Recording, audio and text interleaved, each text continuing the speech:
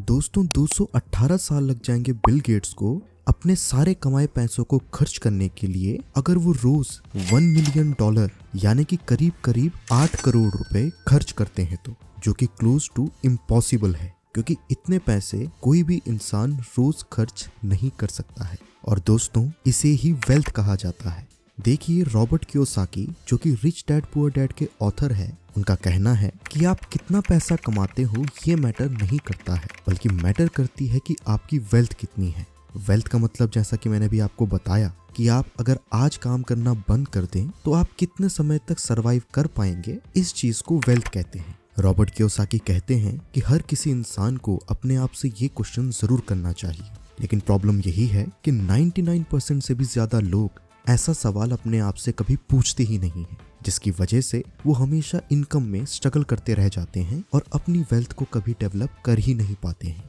तो इसी बात पे मैं आपसे ये सवाल पूछना चाहता हूँ कि अगर आप आज काम करना बंद कर देते हैं तो आप आखिर कितने साल या कितने दिनों तक सरवाइव कर पाएंगे? मुझे कमेंट सेक्शन में इसका आंसर जरूर बताएं। हालांकि मैं जानता हूँ कि 99% से भी ज्यादा लोग इसका आंसर नहीं जानते होंगे, लेकिन चिंता मत कीजिए, इसमें आपकी कोई गलती नहीं है, बल्कि गलती हमारे एजुकेशन सिस्टम की है, जिसने कि हमें बचपन में कभी फाइनेंशियल एजुकेशन के बारे में कुछ नहीं सिखाया। तो आज हम फाइनेंशियल एजुकेशन का काफी जरूरी हिस्सा समझेंगे, वो भी रॉबर्ट कियोसाकी के द्वारा लिखी गई किताब रिच डैड और पुअर डैड की मदद से।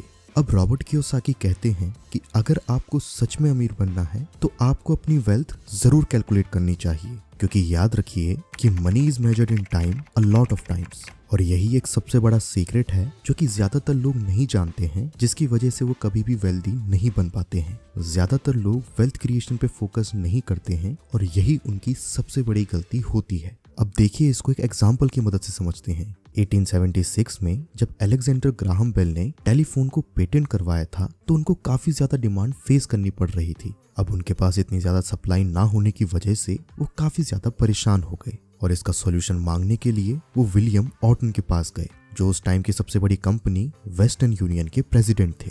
अब अलेक्जेंडर ग्राहम बेल ने विलियम ऑर्टन को कहा कि वो टेलीफोन का पेटेंट उन्हें बेचने के लिए तैयार हैं, वो भी $1 लाख में। अब उस समय $1 लाख काफी ज्यादा होते थे, जिसकी वजह से उन्होंने ग्राहम बेल के ऑफर को रिजेक्ट कर दिया था और यही उनकी सबसे बड़ी गलती थी, क्योंकि इसके बाद ग्राहम बेल ने AT&T कंपनी को स्टार्ट किया, जो कि मल्टी बिलियन कंपनी बन गई। अब यहाँ पर विलियम ऑर्टन ने जो मिस्टेक की, वो मिस्टेक्स हम सब भी अपनी लाइफ में करते रहते हैं, जिसकी वजह से हम आगे नहीं बढ़ पाते हैं। ये दो मिस्टेक्स हैं डाउट एंड फियर। अब क्या ऐसा कभी आपके साथ हुआ है कि बचपन में आपको जब टीचर ने कोई सवाल का जवाब पूछा होगा तो आपको उसका एक सही जवाब पता रहा होगा, लेकिन इस डर से कि कहीं आप गलत ना हो आपने उसका जवाब नहीं दिया और किसी और बच्चे ने उसका जवाब देकर वाहवाही हासिल कर ली, और फिर आप पछताते हो कि काश मैं इस क्वेश्चन का जवाब दे देता तो वाहवाही मेरी होती। अब यही हम सबकी सबसे बड़ी प्रॉब्लम भी है कि हम अपनी नॉलेज का फायदा नहीं उठा पाते हैं। हमें सब कुछ पता तो होता है, लेकिन हम एक्शन लेने से कतराते हैं, और यही सबसे बड़ा हिंड्रेंस है वेल्थ क्रिएशन का। तो यही इस बुक का सबसे पहला लेसन है कि आप करेजियस बनो। अब करेजियस होने का मतलब ये नहीं है कि आप रिस्क पे रिस्क लिए जा रहे हैं, बल्कि यहाँ पर करेजियस होने का मतलब ये है कि आपको कैलकुलेटेड रिस्क लेना है ताकि आप ज्यादा से ज्यादा प्रॉफिट्स या ज्यादा से ज्यादा वेल्थ अपनी बना सके। अब ये कैलकुलेटेड रिस्क लेने का जो कॉन्सेप्ट है वो आता है फाइनेंशियल लिटरेसी से, जिस पर कि रॉबर्ट कियोसाकी सबसे ज्यादा फोकस करते हैं। अब ये इतनी ज्यादा इंपॉर्टेंट इसलिए है क्योंकि अगर किसी कंपनी ने प्रॉपर फाइनेंशियल लिटरेसी को फॉलो नहीं किया तो वो टाइम के साथ साथ बैंकरप्ट हो जाती है।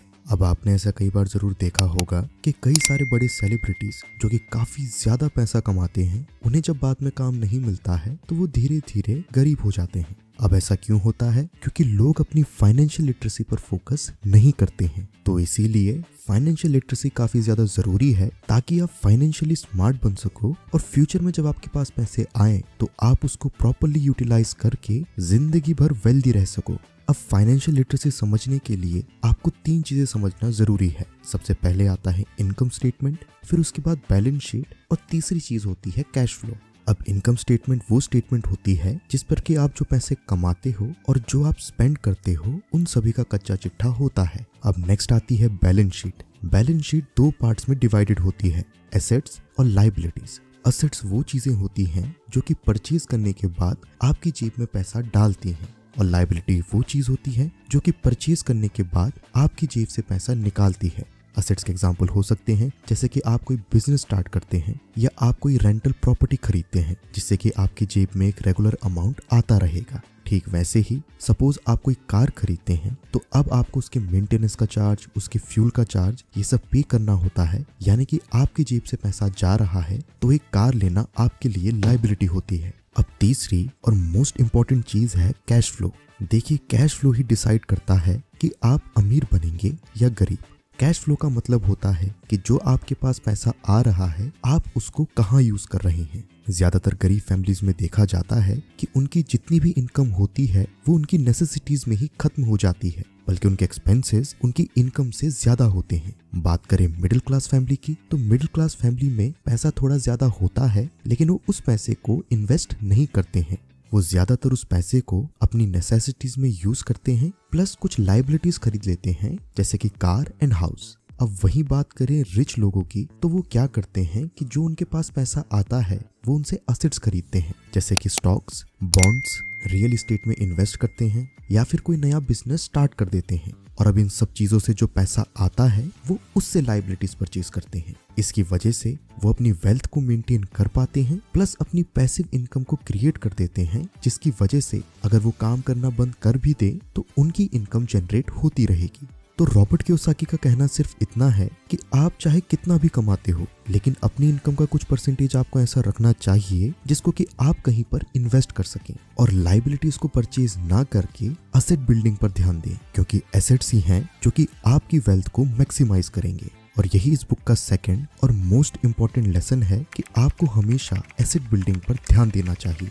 एक बार की बात है कि रे क्रॉक, जिन्होंने कि मैकडॉनल्ड्स को काफी ज्यादा फेमस किया, उन्होंने कहा था कि उनका मेन बिजनेस बर्गर्स बेचना नहीं है बल्कि रियल एस्टेट का है। यानी कि वो फ्रेंचाइजी की वजह से अलग अलग कंट्रीज में रियल एस्टेट में इन्वेस्ट करते हैं ताकि इवेंचुअली अगर मैकडॉनल्ड फेल हो जाता है तो उनके पास इतनी वेल्थ होगी कि वो उस रियल एस्टेट के बिजनेस से जिंदगी भर पैसे अर्न कर सके। तो ये था एग्जाम्पल एसेट बिल्डिंग का। इसीलिए रॉबर्ट कियोसाकी कहते हैं कि एसेट बिल्डिंग काफी ज्यादा इंपॉर्टेंट है वेल्थ मैक्सिमाइजेशन के लिए। और साथ ही साथ उनका एक फेमस कोट भी है कि माइंड योर ओन बिजनेस, यानी कि अगर आप कहीं भी काम कर रहे हो या कुछ भी बिजनेस कर रहे हो तो जरूरी नहीं है कि जो आप काम कर रहे हो वही आपका बिजनेस है, क्योंकि बिजनेस होने का मतलब होता है कि आप जब चीजों को ओन करते हो, यानी कि वो चीजें जो कि आपकी जेब में पैसा डालें, यही आपका रियल बिजनेस होना चाहिए। और याद रहे कि दुनिया का सबसे बड़ा एसेट है नॉलेज। तो नॉलेज में आप जितना ज्यादा इन्वेस्ट करोगे और चीजों को जितनी अच्छी तरीके से ग्रैब करोगे, उतनी ही ज्यादा चांसेस हैं कि आप अपनी लाइफ में ज्यादा से ज्यादा मनी को अट्रैक्ट करोगे और अपनी वेल्थ को मैक्सिमाइज कर पाओगे। तो सीखते रहिए और एक्शन लेते रहिए ताकि आप अपनी लाइफ में वो सब चीजें अचीव कर पाओ जो कि आप चाहते हो। तो आशा करता हूँ कि आपको ये वीडियो समझ आ गई होगी। मैं मिलता हूँ आपसे नेक्स्ट वीडियो में फिर किसी इंटरेस्टिंग टॉपिक के साथ। ये वीडियो पूरा देखने के लिए धन्यवाद।